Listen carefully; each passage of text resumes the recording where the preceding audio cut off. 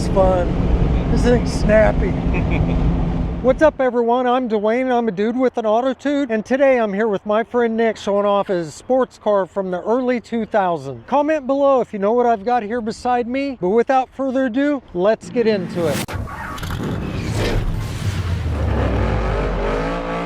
Nick, thanks for meeting us today. Can you tell us about your Honda? Hey Dwayne, thank you. This is a 2004 Honda S2000. I purchased this back in 2019. The color is a Rio Yellow Pearl. Little story about how I procured it. I was in the market for a convertible back in 2018 or so, and I started looking at different vehicles and thought about doing a Miata or Porsche or one of these other types of vehicles, right. Even the Nissan, kind of to match my Datsun, and I definitely wanted yellow. Honda had the yellow, of course Porsche did too, the Porsche Boxster, but I just didn't really want to pocket the money for the maintenance with the Porsche. But this one checked all the boxes. I wanted yellow, I wanted a one owner, I wanted it relatively low miles, right? And I wanted manual transmission. Yes, for a sports car you have to have a manual. Absolutely. And when I started looking online for vehicles, all the boxes would be checked except for it would be an automatic. Right. And so I'd have to kind of start, oh darn, I'll have to go look for something else now and so forth. So anyways, when I started looking at the Honda S2000, I found out in my research that they only made this vehicle in a manual transmission. Well, that made it much easier to narrow down. Exactly. Just needed to find the low miles and the color. That's right. So there was another YouTuber guy on YouTube, his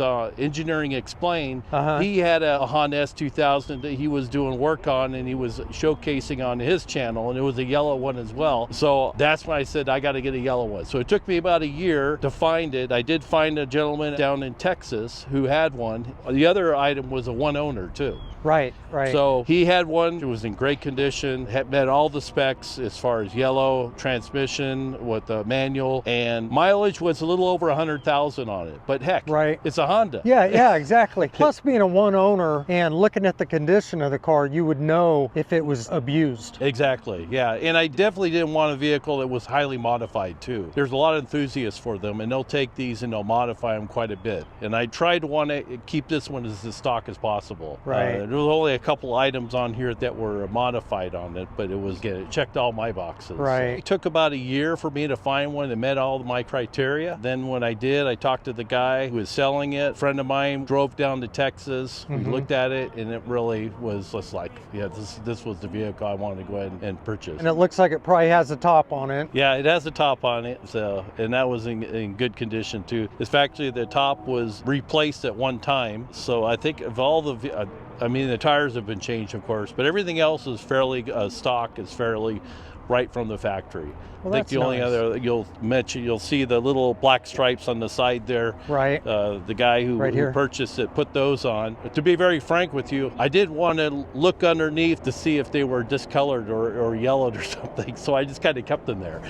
Yeah. I didn't want to. I don't know if they faded or not, so it's like I just left. Yeah, and you don't want to deal with that. No, yeah. Honestly, the black stripe, it's minimal. Yeah. So it gives it a little bit of a race look. A little more character than just a plain around there or something like that. Yeah. But as far as the Honda S2000, Honda built this in 1999 for their 50th anniversary. And they built this from 1999 to 2009. And this is the second generation. So 2 generations of the S2000. And it's called by the AP1 or AP2. This is an AP2. Okay. The AP1 was from 1999 to 2003. And then from 2004, right around that time period, to 2009, when they finished production, they call those the AP2s. The AP1s have a higher rev line.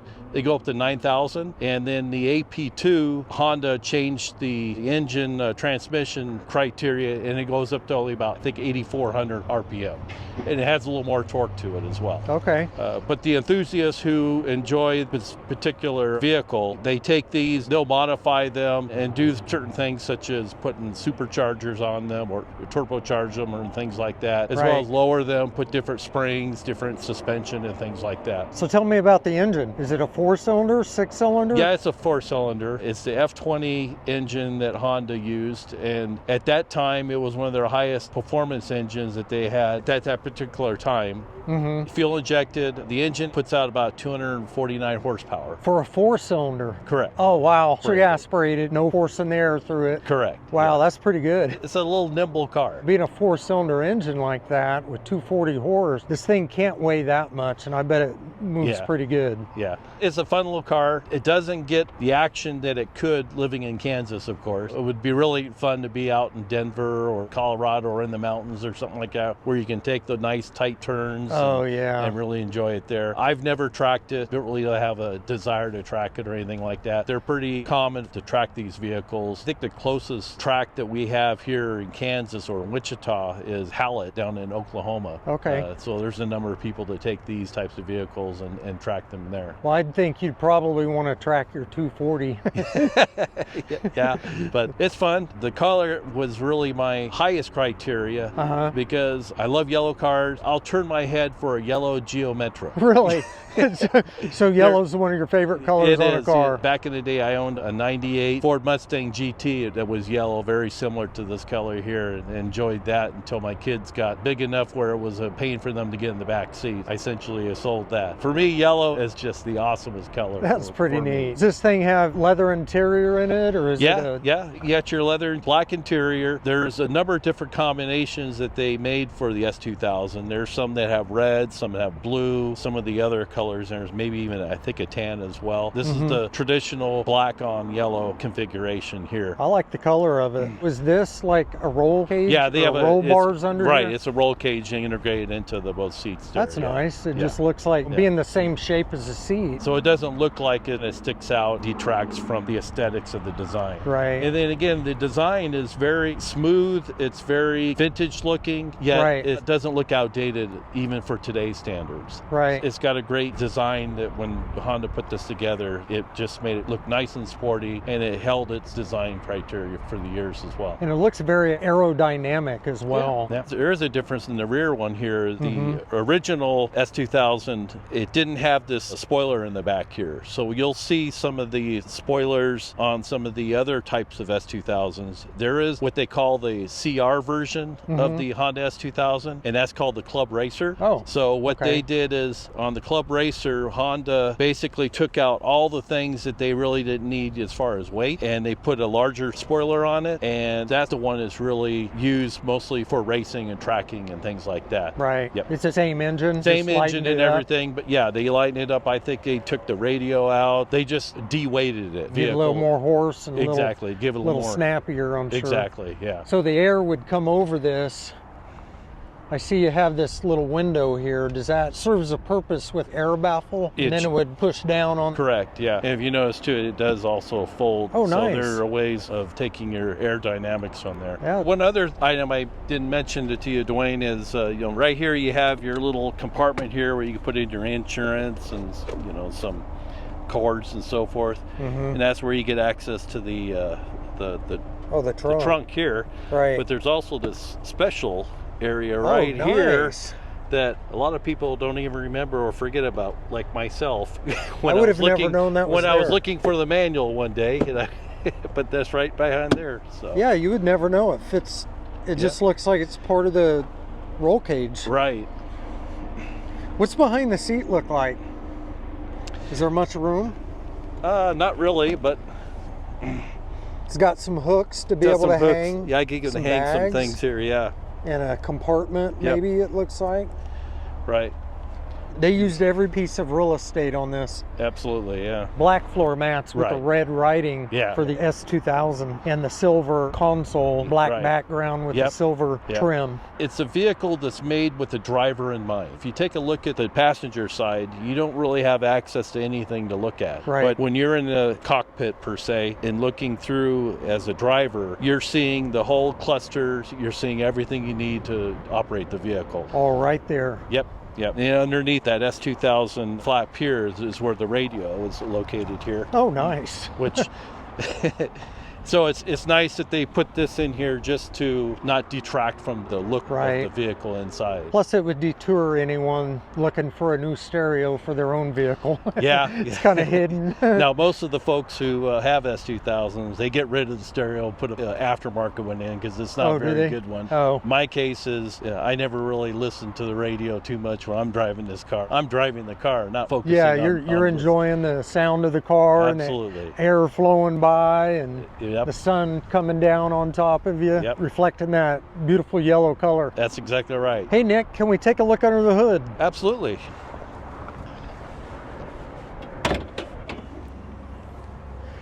Oh wow. I like the look of the valve cover being the red on top of that. Yeah, they make aftermarket valve covers, so some people put them like yellow or blue or something like that. But from the factory, it came factory red, just like that. And it's very complimentary with the yellow. You wouldn't think it would be, but it is. Sure. It's got a great air box, So how big is that filter in there? Is that thing the whole size? It's pretty close to it. That was probably one of the few aftermarket items that this vehicle has. It has a K&N air filter. Oh yeah. So mostly they've taken off the standard stock Honda air filter and put that in. The other modified item that I did is I put these support rods on both sides here because before it has the little. Oh, you added these? I added those, yes. That's kind of a nice feature. Yeah. That's really nice because you don't have to worry about that being in your way. Exactly, yes. Plus it sits up higher when you're working on it or doing anything, cleaning it up. I like how this baffle, a heat shield away from the battery and fuse box. That's a small battery. Yeah, it is. It's like almost like 3/4 of the size of a battery you see conventional. So. That's pretty cool, with even 625 cold cranking amps. Exactly, yeah. When the folks who modify their S2000s and they put in the turbocharge, this air box goes away and it's all in this area right here. So looks like enough room to do it. Yeah. A lot of real estate. Right. And this is what you would consider a mid-engine. The engine is just past the axle. Oh, it is. Right. That's why it sits out a little bit further. Yeah. Yeah, that's why there's so much room there. Because I was just going to mention or comment that it looks like the engine's tucked back in towards the firewall. Correct. And it looks really good. That's interesting. The shock towers are right here. Yep. Everything behind the pulleys and the belt is behind the shock towers. And that's for like weight distribution. Right. That's how it was designed. And it is rear-wheel drive? Yes. Right. Yep. Like any real sports car. I shouldn't say that, but... Yeah. Rear-wheel drive, they're a different animal than your front-wheel drive vehicles. So. Yeah. And it says Honda VTEC DOHC. I'm sure that's an overhead cam. Yeah, I think it's double overhead cam. Yeah, double overhead cam. And VTEC, I believe, is their type of engine that they use.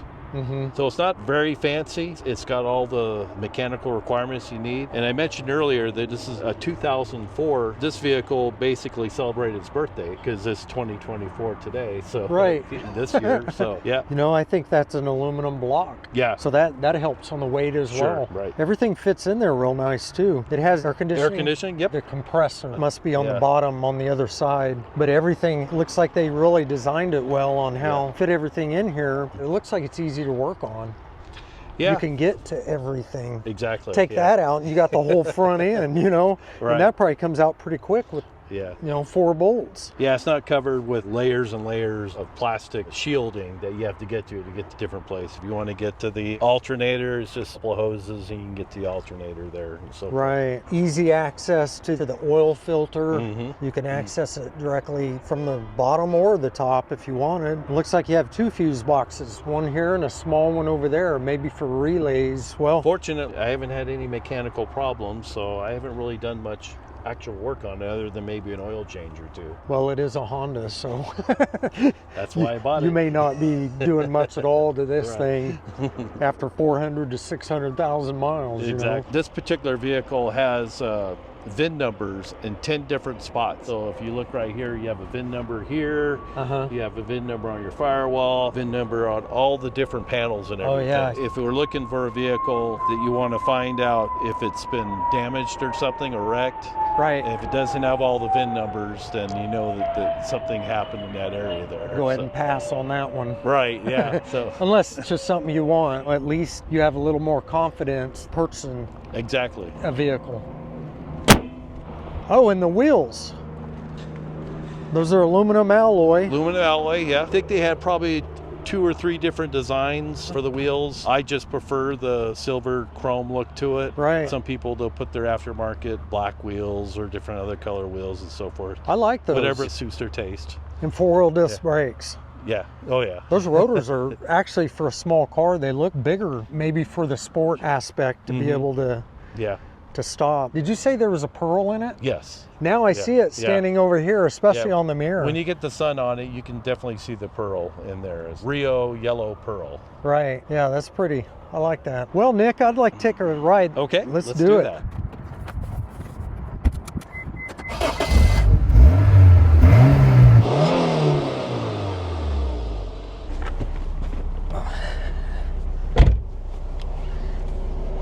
Oh, these seats.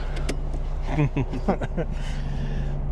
little tight on the passenger side. It's not bad. It's not bad. It fits. I mean, I'm not a claustrophobic person, so it actually feels real safe and feels like you're ready to go around some hills and curves. Right, We're in Kansas. We might be able to see 1 or 2, but that's about it. Pretty much, yeah.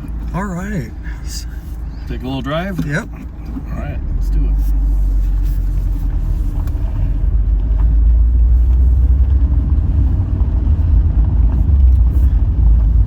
Just kind of remembering us on my first video I published was with you, and we were riding in your 240Z. Yep. Yeah. So you had mentioned something about the instrument panel. Right, the instrument panel. If you look at it, it's all digital, and that's kind of reminiscent of the McLaren Honda F1 race car back in the early 2000s. Oh, nice. It's nice they design things to, you know, for the kind of carry the design from the race cars down to the everyday car, that, you know, just to give you a little glimpse of what it might be like. Right.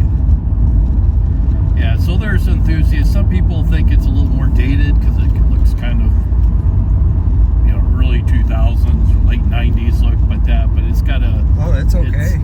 It's nice. It has all the information you need on there. Right. As long as it's functional. Yeah. It kind of gives a charm, you know, gives a little bit of charm and to the design. And who wants everything exactly the same, you know? Exactly, yeah. That's a little shifter. It's a small throw. Yeah, it's a very small throw. And it actually feels like a torquey little engine if you... Yeah, there's a little bit of torque to it as well. So, I mean, you can see how, again, this is stock. Right. If you were to add another 30, 40 horsepower with a turbocharger, it really has a lot to get up and go. I could imagine going to run a track in this. Sure.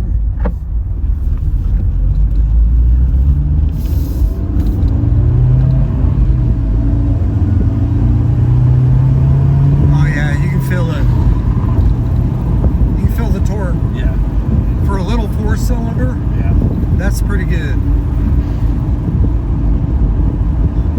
Now when you get into the VTEC mode, that's when you get into about 5,000, 5 to 6,000, and you get a little more up right at that point there. Really? You can feel it? Yeah.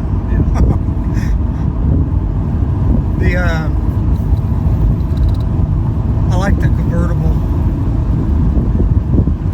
Yeah, when you have the top down, it's a little bit claustrophobic. Yeah. But when you have it open, it's a nice Sunday drive. Yeah, and it's not, you don't get a lot of air coming in at it. I mean, yeah, you feel it, but it's it's part of the experience. You want a little air. That's why you have a convertible. True.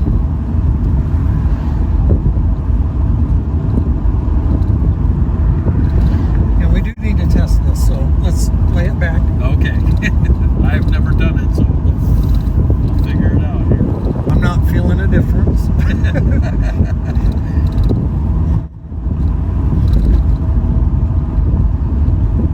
Now you will notice too, again, as I mentioned earlier, this was designed for the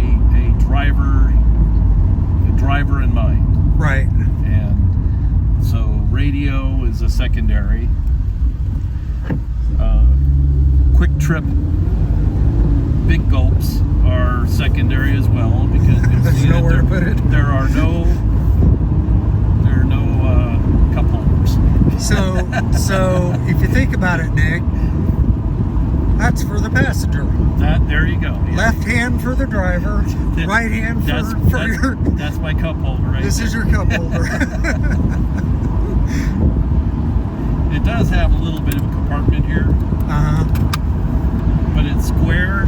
Oh yeah. And you put anything in there, it just flips over anyway. So it's somewhere to maybe put your wallet or exactly extra set of keys, or and it rides real smooth too. But yet, I keep thinking, you know, this is one of the newer cars, even though it's 10 years old. 20. Wait, did I? Oh man, I'm not adding correctly. Yeah. This is 20 years old. It's a 20-year-old car. It looks like a new car. That's what's weird. It feels like a new car. Yeah. And it still holds up to today's cars. Right. Now I got to remember to adjust our hats because I don't know. Yeah, it's got some get up. This thing is snappy.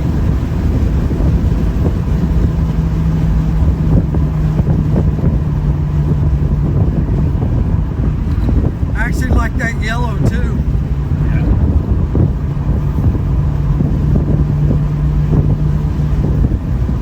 And the black interior. And it is nice having that 6-speed. Yeah. Bring it down to 3,500 RPM. Save some gas, let it cruise. Yeah. That's nice.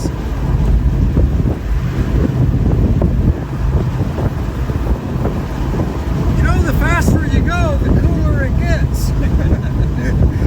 I know it's getting evening time, but it wasn't as cool. You know, I guess that's science. That's right. Oh, funny. You heat up your feet. Oh, yeah. And it is a nice day, even for the convertible. Yeah. Yeah, we've been blessed with pretty good weather. Right.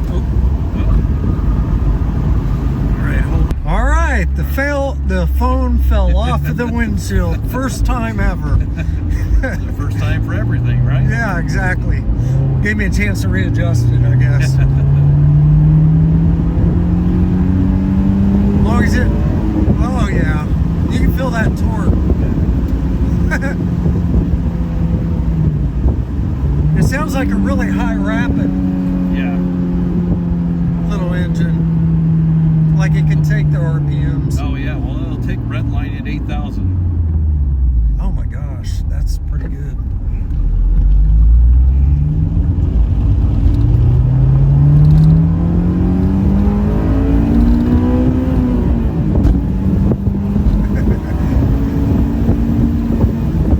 Oh, that's fun. This thing's snappy. And I'm watching your your RPM as well with that graph. It's kind of cool that it looks like 90s or late 80s. Yeah. Coming up with the graph and back down. Yep. This thing's fun. I don't know. I think if I were you, I'd have second thoughts on track day. Yeah. At least once. Once, you think? Yeah. It may not go through the tires like other cars we know, right? That's true. Yeah. Guess now's about the time we got to watch for deer now that the sun's coming down a bit. Yeah, we don't want to encounter a deer. That's for sure. And they're out. Yeah. Saw one during the day on a drive. Yeah. Like 2 in the afternoon. That was the first for me. I was out golfing yesterday in Haven, and there were a couple deer roaming across the course. It's kind of nice to see. Yeah. Well, Nick, thank you. I appreciate you getting with us again and showing us this beautiful car, and it's been fun. Absolutely, yeah, it's a lot of fun. Now you need to buy another one, and we can do another interview. I got a 3-car garage. I don't know if I can go for a 4. These are small cars. Well, that, you know, I have fit 4 cars in that garage. Yeah, there you go. Enough room for a small car. For a third sports car. So, yeah. All right. All right. This is fun. Thanks, Dwayne. Had a good time.